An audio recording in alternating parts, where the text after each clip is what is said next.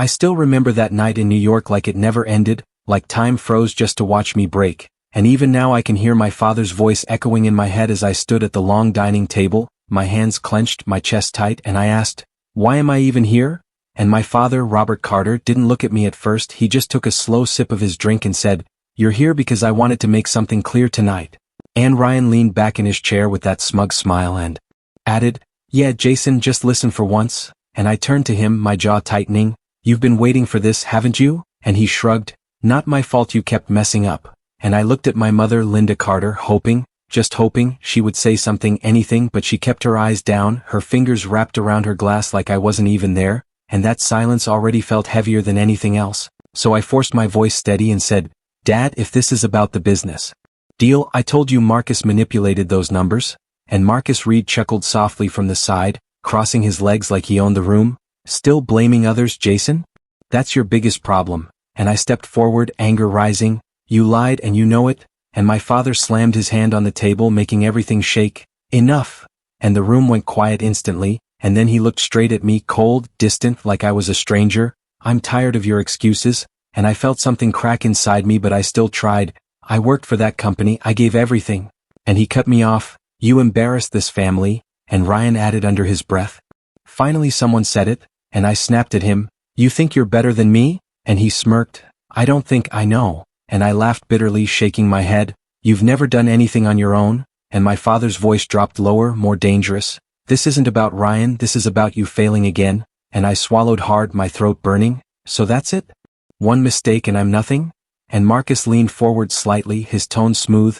"It wasn't one mistake, Jason, it was a pattern." And I stared at him. "You've been waiting for this, haven't you?"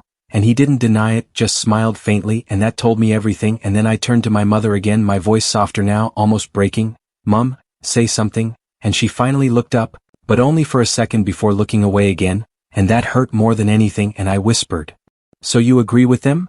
And she said nothing, absolutely nothing, and I felt like I was disappearing right there in that room. So I looked at Olivia, standing near the window, arms crossed, quiet the whole time, and I asked, "You too?"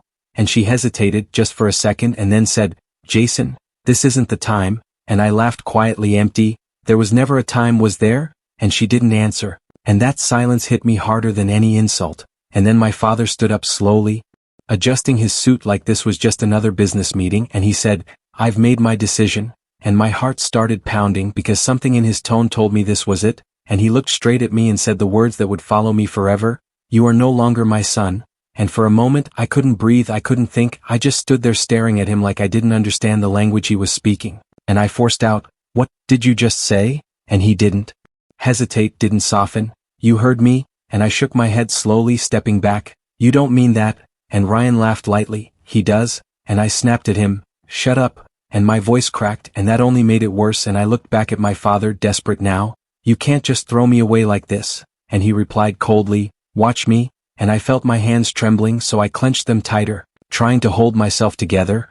"After everything I've done for this family?" And he shook his head. "You've done nothing but disappoint me." And that word, disappoint, felt like a knife, and I turned to my mother again one last time. "Please, tell him he's wrong." And she whispered, barely audible, "Jason, just leave." And that was it, that was the moment something inside me broke completely, and I looked at Olivia again, my voice low. "Are you coming with me?" And she didn't move, didn't even look at me, and said quietly, "I can't." And I nodded slowly like I expected that answer, even though it still hurt, and I took a step back, looking around the room one last time at the people I once called family, and I said, "You're all going to regret this." And Ryan scoffed, "Keep dreaming?" And Marcus just smiled like he'd already won, and my father turned away from me like I didn't exist anymore, and that was the final blow. So I walked toward the door, each step heavier than the last, and when I reached it, I paused for a second, hoping, just one last time, that someone would stop me, that someone would say my name, but no one did, not my father, not my mother, not Olivia, no one. And I opened the door, stepped out into the cold New York night, and as the door closed behind me, I realized something I didn't understand yet, something that would change everything later, because in that moment I had nothing left, no family, no love, no home, just pain, and a quiet promise forming somewhere deep inside me, a promise that one day I would come back, not as the broken son they threw away, but as someone they would never be able to ignore again. I sat across from Olivia Brooks in a small New York cafe, the kind of place that tried too hard to feel warm but only made everything feel smaller, and I said quietly, You didn't have to call me here like this. And Olivia Brooks avoided my eyes, stirring her coffee even though it had already gone cold, and I forced a weak smile. You could have just told me on the phone. And Olivia Brooks finally looked up for a second, then looked away again, and that was when I knew something was already over, so I leaned back and asked, so what is this? And Olivia Brooks exhaled slowly, like even speaking to me was difficult, and said, Jason Carter, things have changed. And I nodded once, trying to stay calm. Yeah, I noticed. And Olivia Brooks tightened her grip on the cup and said the words that hit harder than anything my father had said. I can't be with someone who has nothing. And for a moment, everything went silent, like the entire world paused just to let those words sink into me. And I stared at Olivia Brooks, searching for something, regret, hesitation, anything, but all I saw was distance, and I laughed softly, not because it was funny, but because it hurt too much not to. Nothing? And Olivia Brooks didn't respond, and I leaned forward slightly, my voice lower now. So that's what I am to Olivia Brooks now? And Olivia Brooks whispered, you don't understand. And I shook my head. No, I understand perfectly. And I tapped the table lightly. No money, no family, no status, no value. And Olivia Brooks flinched but didn't deny it, and that was enough, so I leaned back again, forcing myself to breathe. Was any of it real? And Olivia Brooks stayed silent, and that silence answered everything, and I stood up slowly, my chair scraping lightly against the floor, and I said, I should have known. And Olivia Brooks finally spoke, Jason Carter, don't make this harder than it is. And I looked down at Olivia Brooks one last time. It's already as hard as it gets. And then I turned and walked out without waiting for anything else, because there was nothing left to hear, and the cold air outside hit my face, but it didn't feel as cold as what I felt inside, and I walked for a long time without knowing where I was going until my phone buzzed, and I saw Daniel Hayes calling, and I almost didn't answer, but I did, and Daniel Hayes said immediately, Where are you? And I replied, Does it matter? And Daniel Hayes sighed, It does to me. And I leaned against a street pole, staring at nothing. Olivia Brooks left, and Daniel Hayes was quiet for a second, then said, Of course Olivia Brooks did. And I closed my eyes. Say it like it's normal. And Daniel Hayes replied, Because it is for people like Olivia Brooks. And I didn't respond, and Daniel Hayes continued, Listen to me, Jason Carter, this isn't the end. And I let out a quiet breath. Feels like it. And Daniel Hayes said firmly, You're not done. And I shook my head even though Daniel Hayes couldn't see me. You don't get it? And Daniel Hayes replied, Then make me understand. And I said quietly, I lost everything in one night. And Daniel Hayes didn't hesitate. No, Jason Carter, you lost people who didn't deserve you. And I didn't believe that, not yet, so I just said, I'm tired. And Daniel Hayes softened his tone. Then rest, but don't quit. And I hung up after that because I didn't have the energy to argue, and the next few days blurred together, and I found myself working whatever jobs I could get, carrying boxes, cleaning floors, doing things I never imagined I would do. And one night Daniel Hayes walked into the small store where I was stacking shelves and said, This doesn't suit you. And I replied without looking up, It pays. And Daniel Hayes crossed his arms, barely, and I shrugged, It's enough. And Daniel Hayes stepped closer. Enough for what? And I stopped for a second, then said quietly, To survive? And Daniel Hayes shook his head, You're meant for more than surviving. And I laughed lightly, Not anymore. And Daniel Hayes pointed at me, That right there is the problem. And I looked at Daniel Hayes, tired and frustrated, What do you want me to do? And Daniel Hayes said, Fight back. And I shook my head, Against who? And Daniel Hayes replied, Against the version of Jason Carter that gave up. And I didn't answer because I didn't have one. And later that night I went back to my tiny apartment, a place so small it barely felt like a home, and I sat on the edge of the bed scrolling through my phone, and there it was, my old life, my father smiling beside Ryan Carter in a business event, headlines praising Ryan Carter as the future of the company, comments calling Ryan Carter brilliant, and I stared at the screen, my chest tightening, and I whispered, That should have been me. And I threw the phone aside, running my hands through my hair, trying to breathe, but it felt like I was suffocating in silence. And the next day Daniel Hayes showed up again holding coffee and said, You look terrible. And I replied, I feel worse. And Daniel Hayes sat down across from me, Good? And I frowned, Good? And Daniel Hayes nodded, Because that means you still care. And I looked away, I wish I didn't. And Daniel Hayes leaned forward, Then stop wishing and start changing. And I stared at Daniel Hayes, unsure. And Daniel Hayes continued, You think they replaced you? And I stayed quiet, and Daniel Hayes said it clearly, They didn't replace Jason Carter, they erased Jason Carter because Jason Carter let them. And that hit me harder than anything else, and I sat there processing it and finally said, So what now? And Daniel Hayes smiled slightly, Now you make sure they regret it. And I didn't respond right away, but something shifted inside me, something small but real, and I looked back at Daniel Hayes and said quietly, I don't know how, and Daniel Hayes replied, you will, and for the first time since that night I didn't feel completely empty, just lost, and maybe that was better than nothing. I stared at my reflection in the cracked bathroom mirror, the dim light above flickering like it was struggling just as much as I was, and I said quietly, what happened to Jason Carter? And my voice sounded unfamiliar, weaker than I remembered, and I leaned closer, studying my own face like I was trying to recognize a stranger. Was Jason Carter always this useless? And the silence answered me louder than any voice could, and I let out a dry laugh, rubbing my face. Yeah, looks like it. And I stepped back, the small apartment around me feeling even smaller, suffocating, and my phone buzzed on the table, and I already knew what it was before I even picked it up, but I checked anyway, and the message read, payment overdue, and I muttered, of course, tossing the phone aside like it burned, and I dropped onto the chair, staring at the pile of unpaid bills scattered across the table, and I whispered, how did everything fall apart this fast? And there was no answer, just silence. Pressing down on me again, and I grabbed one of the papers, crumpling it slightly, rent overdue, electricity overdue, everything overdue, and I shook my head slowly, perfect. And I leaned back, closing my eyes, but the moment I did, memories hit me, my father's voice, cold and final, Ryan Carter's smirk, Olivia Brooks walking away, and I opened my eyes quickly, breathing heavier. Stop, I said to myself. Just stop thinking. But that was the problem, I couldn't stop, and I stood up, pacing the room. What am I supposed to do now? And my voice echoed faintly off the walls, and I answered myself with bitterness. Nothing, because Jason Carter can't do anything right. And I froze for a second after saying that, because hearing it out loud felt worse than thinking it, and I clenched my jaw. No, that's not true, but the doubt was already there, deep and heavy, and my phone buzzed again, and this time it was a call, Daniel Hayes, and I stared at it for a moment before answering, what? And Daniel Hayes paused for a second, then said, that's how you greet people now? And I leaned against the wall, what do you want? And Daniel Hayes sighed, I want to know if Jason Carter is still alive or if Jason Carter gave up already.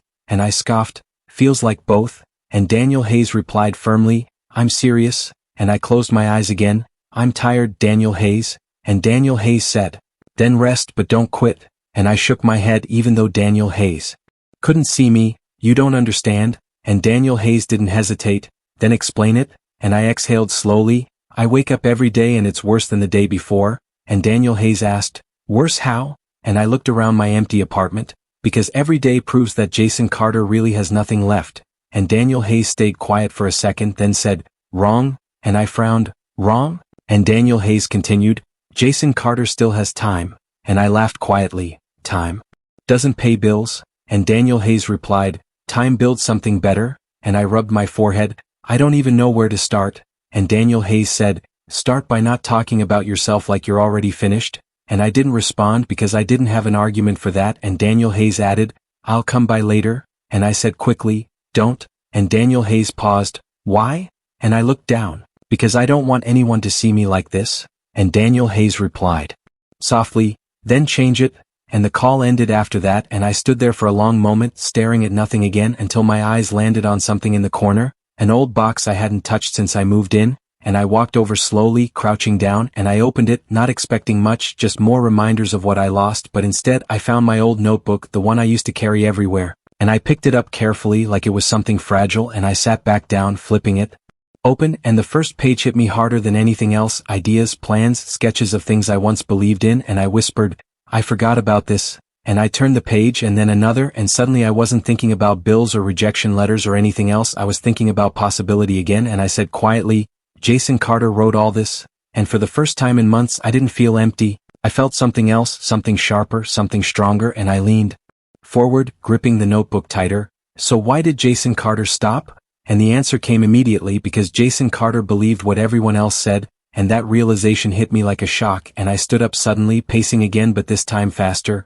No, that's not how this ends. And I looked back at the mirror across the room and I walked toward it, stopping right in front of it again, and I said firmly, Jason Carter is not done, and my reflection looked different now, not stronger yet, but not broken either, and I continued, they think Jason Carter failed, and I shook my head slightly, they're wrong, and I took a deep breath, feeling something rise inside me, something I hadn't felt since before everything fell apart, anger, real anger, not the kind that makes you shout, but the kind that makes you move, and I whispered, I won't stay like this, and the words felt heavier this time, more real, and I opened the notebook again, flipping through the pages. Quickly, these ideas, they're still mine, and I sat down, grabbing a pen, and for the first time in months I started writing again, not because I had everything figured out, but because I finally understood something important. No one was coming to fix this for me, no one was going to hand Jason Carter a second chance, and I said quietly, almost like a promise, then Jason Carter will build one. And as I kept writing, the room didn't feel as suffocating anymore, and the silence didn't feel as heavy, because for the first time since that night, I wasn't waiting for someone else to decide my future, I was deciding it myself, and that changed everything. I still remember the moment I met Charles Whitman like it rewired something inside me, because until that day, every conversation I had felt like people were either judging me or dismissing me, and when Daniel Hayes dragged me into that quiet office downtown, I said under my breath, "This is a waste of time," and Daniel Hayes shot me a look, "Just talk, Jason Carter," and I sighed, crossing my arms as Charles Whitman looked up from his desk and said calmly, "Sit down," and I didn't move at first, so Daniel Hayes nudged me and I sat across from Charles Whitman, studying his expression, trying to figure out what kind of man he was, and Charles Whitman leaned back slightly and asked, "So you're Jason Carter?" And I replied flatly, "That's what people used to call me," and Charles Whitman raised an eyebrow, "Used to?" And I shrugged, "Doesn't matter anymore," and Charles Whitman didn't respond right away, just watched me like he was actually paying attention, and that alone felt strange, so I added, "Look, I don't know what Daniel Hayes told you, but I don't need sympathy," and Charles Whitman said simply, "Good, because I don't give sympathy," and I almost smirked, "Then what is this?" And Charles Whitman leaned forward slightly, "A conversation?" And I frowned, "About what?" And Charles Whitman said, "About why someone like Jason Carter is wasting time pretending Jason Carter has nothing left." And that caught me off guard, so I sat up a little straighter. "You don't know anything about me," and Charles Whitman nodded once, "Then tell me," and I hesitated because I wasn't used to being asked that without judgment, but something about the way Charles Whitman spoke made it hard to lie or deflect, so I said, "I lost everything," and Charles Whitman asked, "Everything?" And I answered, "Family, career, future," and Charles Whitman tilted his head slightly, "Or just the illusion of those things?" And I narrowed my eyes, "What's that supposed to mean?" And Charles Whitman said calmly, "It means if everything you had could be taken that easily, then maybe it wasn't yours to begin with." And I felt that hit deeper than I expected, so I leaned forward, "So what are you saying?" And Charles Whitman replied, "I'm saying you've been ignored, not incapable." And those words landed harder than anything my father had ever said, because for once, someone wasn't calling me a failure, and I stayed quiet for a second, processing it, and then I asked, "And you just decided that in 5 minutes?" And Charles Whitman smiled slightly, "No, I decided that the moment you stopped making excuses and started answering honestly," and I exhaled slowly, "So what now?" And Charles Whitman said, "Now you decide if you want to prove everyone right or prove yourself right." And I didn't answer immediately, but for the first time I felt like I had a choice again, and I said quietly, "What would that even look like?" And Charles Whitman replied, "Work," and I almost laughed, "That's it?" And Charles Whitman nodded, "Relentless, focused, uncomfortable work." And Daniel Hayes crossed his arms, "Told you?" And I glanced at Daniel Hayes, then back at Charles Whitman, "And you're just going to help me?" And Charles Whitman shook his head, "I'm going to give you an opportunity, what you do with it is your problem." And I nodded slowly, "Fair enough." And that was the moment everything started to change, because after that meeting, I didn't go back to my old routine. I didn't waste time thinking about my family or Olivia Brooks. I didn't scroll through anything that reminded me of what I lost. I just worked, and days blurred into nights, and nights into mornings, and one evening while I was buried in code and notes, someone knocked on my door, and I opened it to find Sophia Bennett standing there, sharp eyes, calm expression, and I said, "Can I help you?" And Sophia Bennett replied, "Depends, are you Jason Carter or just pretending to be?" And I frowned, "What does that mean?" And Sophia Bennett stepped inside without waiting and looked around. "Charles Whitman sent me," and I closed the door behind Sophia Bennett. "Why?" And Sophia Bennett turned to face me, "Because you need structure." And I crossed my arms, "I'm doing fine." And Sophia Bennett raised an eyebrow, "You call this fine?" And I hesitated, then said, "It's working." And Sophia Bennett nodded slightly, "Barely." And I felt irritation rise, "Look, I don't need." And Sophia Bennett cut me off, "You don't need comfort, you need direction." And I went quiet because that sounded familiar, and Sophia Bennett walked over to the table, glancing at my notes, "You're talented?" And I said cautiously, "Thanks." And Sophia Bennett added, "But talent without strategy is just wasted potential." And I leaned against the wall, "So what's your strategy?" And Sophia Bennett looked at me directly. You're thinking too small, and I frowned. Small? And Sophia Bennett nodded. You're trying to survive, and I replied, that's kind of important. And Sophia Bennett stepped closer. No, what's important is control, and I asked, control over what? And Sophia Bennett said clearly, your future, and I let out a quiet breath. And how do I do that? And Sophia Bennett said, by building something they can't touch. And I thought about that for a second and then asked, and where does revenge fit into that? And Sophia Bennett's expression didn't change. It doesn't. And I blinked. What? And Sophia Bennett repeated, you don't need revenge. And I stared at Sophia Bennett, confused. Then what do I need? And Sophia Bennett answered without hesitation, you need power. And that word stayed in the air for a moment, heavier than anything else, and I said slowly, power? And Sophia Bennett nodded, the kind that doesn't depend on anyone's approval. And I looked down at my hands, then back up. And you think I can actually get there? And Sophia Bennett gave a small, confident nod. If you stop thinking like the person they threw away. And I didn't respond right away because for the first time I wasn't thinking about what I lost, I was thinking about what I could build, and I said quietly, then show me. And Sophia Bennett smiled slightly, good answer. And from that moment on, everything became clearer, not easier but clearer, because I finally understood something I hadn't before. I didn't need to prove anything to my father or Ryan Carter or Olivia Brooks. I needed to build something that made their opinions irrelevant, and that realization changed the way I saw everything. I stood in front of the glass wall of the high-rise office, staring at the reflection staring back at me, and I said quietly, this is Jason Carter now? And the man in the reflection didn't look like the one who walked out of that house years ago, and I let out a slow breath. Yeah, this is different. And the office door opened behind me and Sophia Bennett said, you're early, and I turned slightly, or maybe Sophia Bennett is late.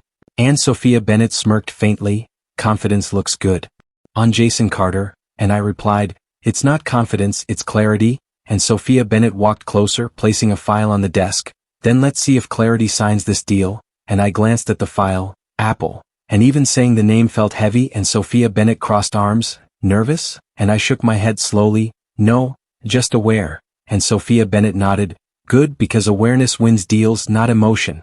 And I flipped through the pages, scanning quickly, and I said, this wasn't supposed to happen this fast. And Sophia Bennett replied, nothing about Jason Carter's rise was supposed to happen. And I looked up, and yet here we are. And Sophia Bennett said calmly, because Jason Carter stopped waiting and started taking. And I leaned back slightly, thinking for a moment, and then said, do you remember what Sophia Bennett said the first time we met?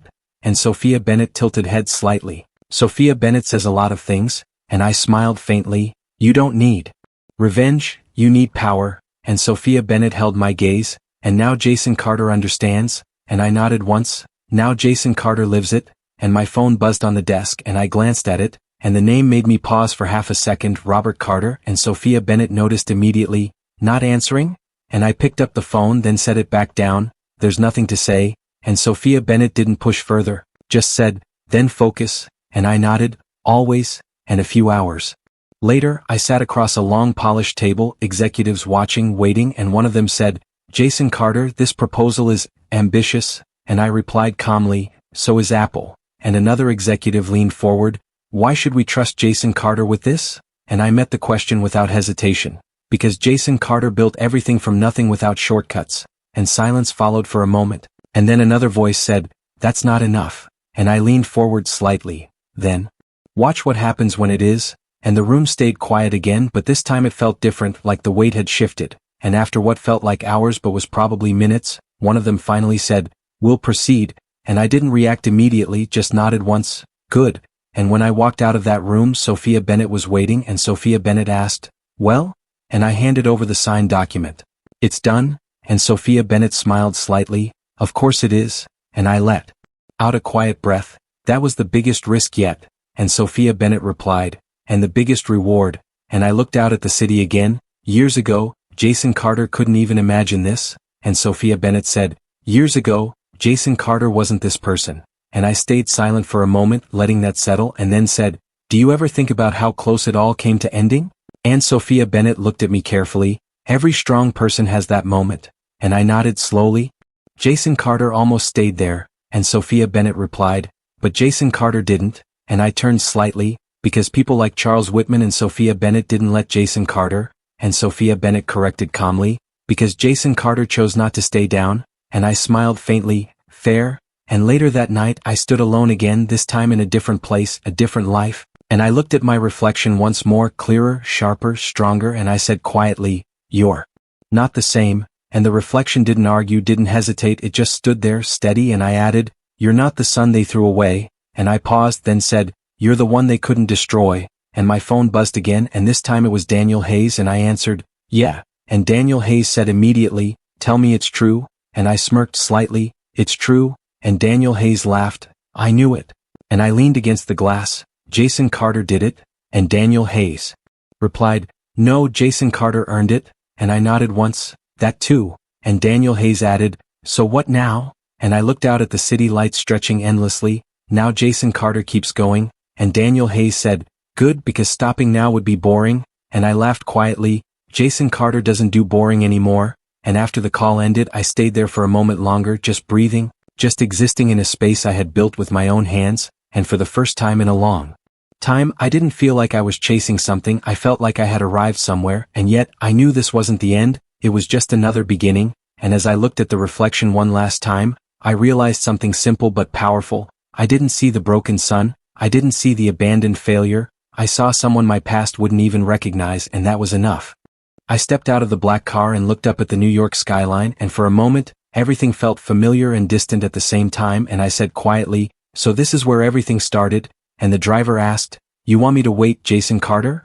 And I shook my head, "No, Jason Carter handles this alone," and the door closed behind me and I stood there for a second, letting the city noise settle into the background, and I walked forward, each step steady, controlled, and I whispered, "Not the same person anymore," and when I reached the entrance of the building I paused, my reflection faintly visible in the glass, and I said under my breath, "They won't recognize Jason Carter," and I pushed the door open and walked inside, and the moment I stepped in I felt it, the shift, the silence, people looking up, whispers starting, and someone muttered, "That's Jason Carter," and another voice said, "Impossible," and I ignored all of it, walking straight ahead, and the elevator doors opened and I stepped inside alone, and as the doors closed I exhaled slowly, "Stay focused," and when the elevator reached the top floor the doors slid open and I stepped out into a space I once called home, and everything looked the same, but it didn't feel the same, and as I walked further in I heard voices stop, chairs shifting, and then I saw them, Robert Carter standing near the center, Ryan Carter beside him, Marcus Reed slightly behind, and Linda Carter near the side. And for a moment no one spoke, and then Ryan Carter forced a smile, "Well, look who decided to show up," and I stopped a few steps away, my expression calm, "Hello, Ryan Carter," and Ryan Carter's smile tightened, "No call, no warning, just walk in like that?" And I replied, "Did Jason Carter need permission?" And Marcus Reed stepped forward slightly, "Careful, Jason Carter, this isn't your place anymore." And I looked at Marcus Reed, my tone steady, "It was built with Jason Carter's work too." And Robert Carter finally spoke, his voice lower than I remembered, "Why are you here?" And I met Robert Carter's eyes, to see if anything changed, and Ryan Carter laughed lightly, "Nothing changed, Jason Carter, you're still not part of this," and I tilted my head slightly, "That's so?" And Marcus Reed crossed his arms, "You made your exit, remember?" And I replied calmly, "No, Jason Carter was pushed out." And Robert Carter's expression shifted slightly, but Robert Carter didn't argue, and that silence told me more than words could, and then I heard a softer voice, barely above a whisper, "Jason Carter," and I turned, and for the first time since I walked in Linda Carter was looking directly at me, not away, not down, but at me, and something in that look felt different, and Linda Carter said again, "You came back," and I held that gaze for a second, then replied simply, "Yes." And Linda Carter took a small step forward, "Why?" And I didn't answer immediately because the truth wasn't simple, and Ryan Carter cut in, probably looking for something like always, and I glanced at Ryan Carter, "Not this time," and Marcus Reed said, "Then make it quick," and I looked around the room taking in every detail, every face, every memory attached to it, and I said slowly, "Jason Carter came back to close something," and Robert Carter frowned slightly, "Close what?" And I met Robert Carter's eyes again, the part of Jason Carter that still expected something from this place. And silence followed that, heavier than before, and Ryan Carter scoffed, "That sounds dramatic," and I shrugged, "Maybe," and Linda Carter stepped closer again, her voice softer now, "Jason Carter, we thought," and I cut Linda Carter off gently, "It doesn't matter what you thought," and Linda Carter stopped, clearly unsure, and Robert Carter said, "If you're here to make a statement, you've made it," and I shook my head, "This isn't for you," and Marcus Reed narrowed his eyes, Then why come at all? And I answered simply, because Jason Carter needed to see this place again, and Ryan Carter crossed his arms, and now? And I looked around one last time, then back at them. Now Jason Carter knows? And Robert Carter asked quietly, knows what? And I said, that nothing here belongs to Jason Carter anymore, and those words hung in the air, and for a moment no one had a response, and Linda Carter whispered, that's not true, and I looked at Linda Carter, it is, and Linda Carter's eyes softened, Jason Carter, things could be different, and I shook my head slightly, no they couldn't, and Ryan Carter rolled his eyes, then why are you still here? And I replied calmly, because leaving this time means something different, and Marcus Reed said, and what's that supposed to mean? And I smiled faintly, it means Jason Carter isn't leaving as someone who lost, and Robert Carter's expression tightened slightly, you think you've won something? And I answered without hesitation, Jason Carter stopped losing the moment Jason Carter stopped needing this place, and that hit harder than anything else I said. I could see it in the way Robert Carter looked at me, in the way Ryan Carter's confidence shifted, and in the silence that followed, and then Linda Carter spoke again, softer than before, Jason Carter, stay, and I paused for a second, just a second, and then said quietly, Jason Carter didn't come back to stay, and I turned toward the exit, and as I walked away I could feel their eyes on me, but this time it didn't weigh me down, and just before I reached the door I stopped for a brief moment, not to look back but to say one last thing, take care, and then I walked out, and as the door closed behind me, I realized something simple but powerful. I didn't feel anger, I didn't feel pain, I didn't feel anything tied to them anymore, just a quiet sense of closure, and as I stepped back into the city I said to myself, that chapter is done, and for the first time I truly meant it. I sat in my office, staring at the reports spread across the table, and I said quietly, so this is how it starts. And Sophia Bennett stood across from me, arms crossed, calm as always, and Sophia Bennett replied, not how it starts, how it unravels. And I picked up one of the documents, scanning the numbers again, and I asked, Marcus Reed approved this? And Sophia Bennett nodded once.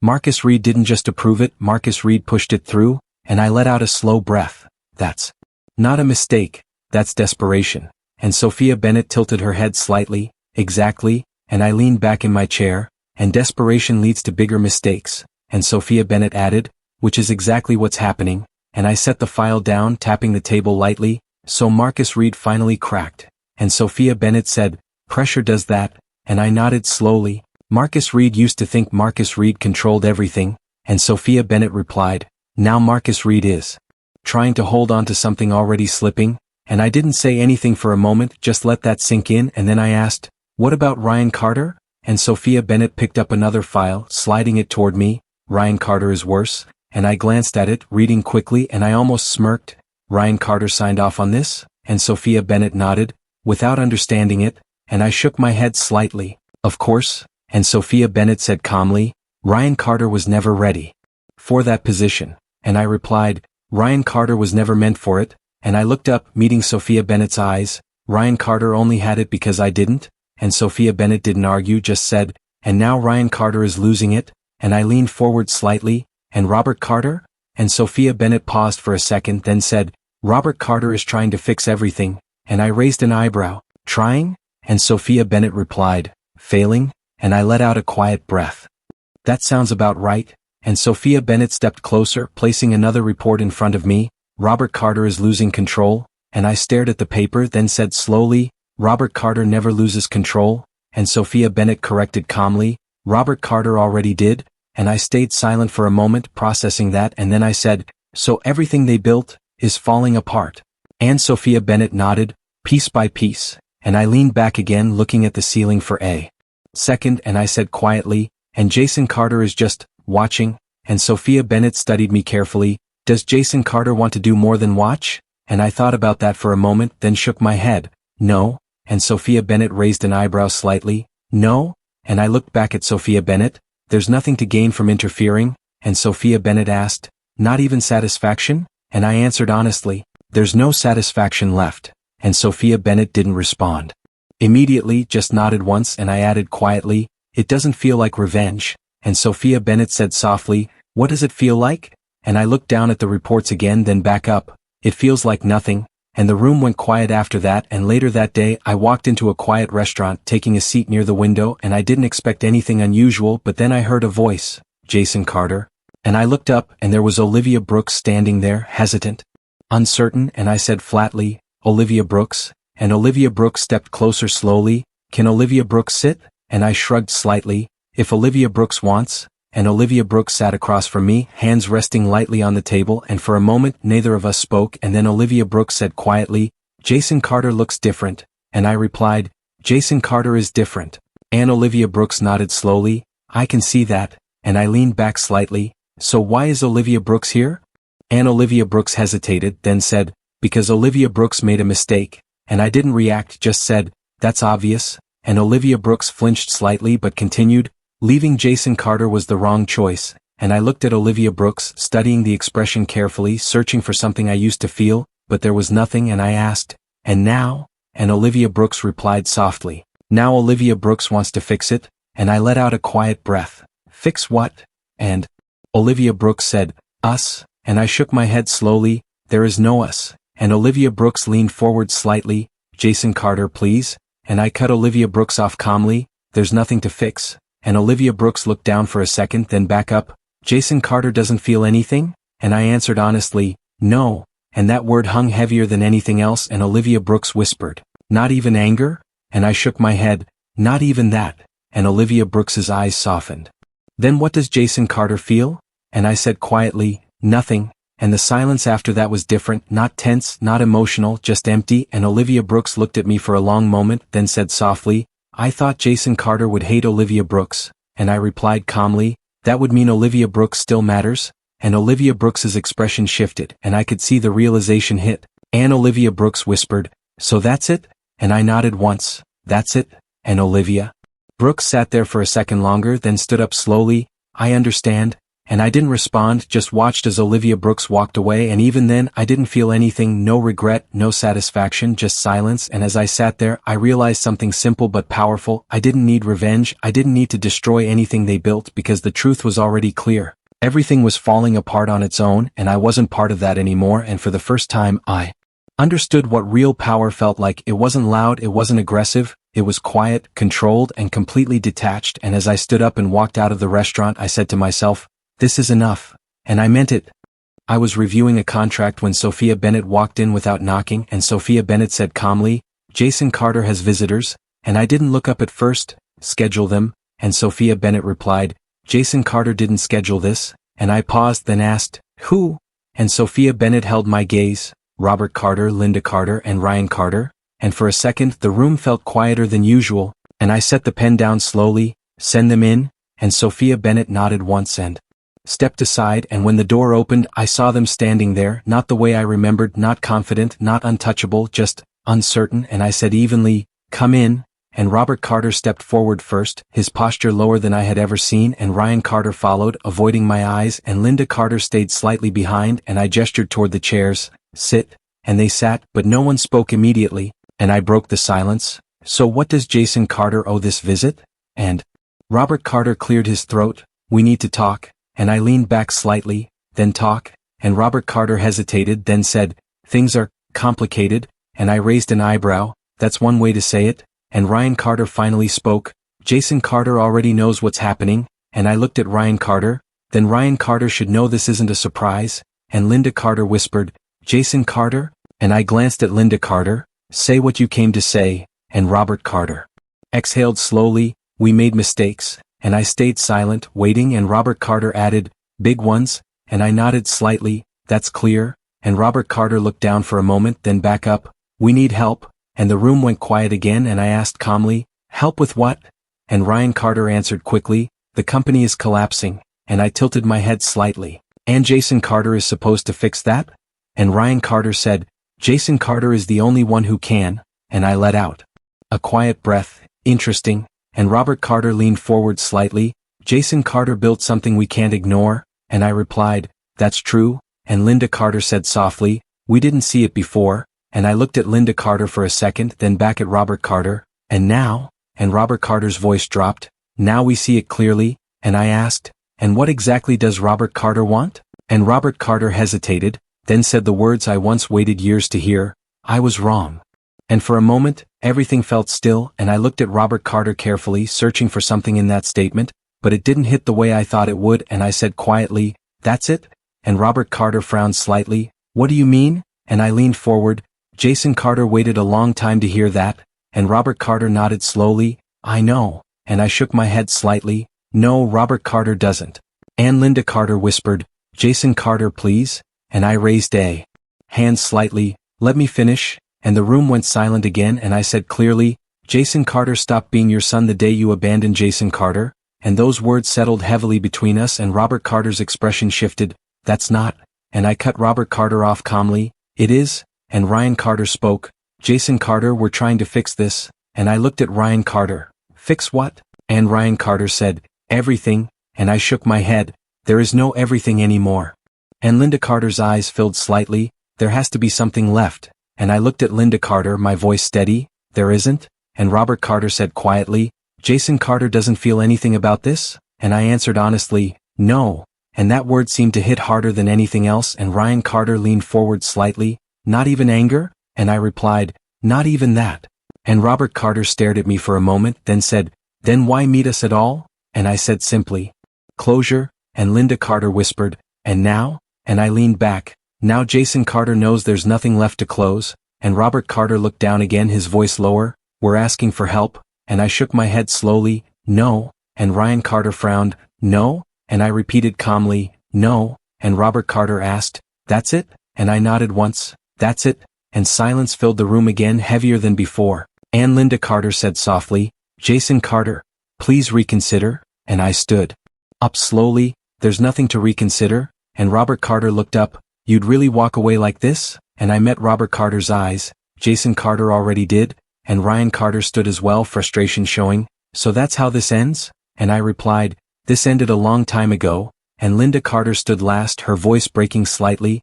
Jason Carter, we're still family. And I paused for a second, then said quietly, no. And that word was final, and I walked toward the door, and as I reached it, Robert Carter spoke again, Jason Carter. And I stopped but didn't turn, and Robert Carter said, I am sorry. And I closed my eyes for a brief moment, then said, that doesn't change anything. And I opened the door and stepped out, and as it closed behind me, I felt something settle inside me, not anger, not relief, just peace. And I walked down the hallway slowly, my steps steady, and I said to myself, that's over. And for the first time I truly believed it, because the greatest victory wasn't what I built, it wasn't the power or the position, it was the fact that I no longer needed anything from them, not approval, not apology, not even acknowledgement. And as I stepped outside into the city once again, I realized something simple but final. I wasn't their son anymore, and I didn't need to be.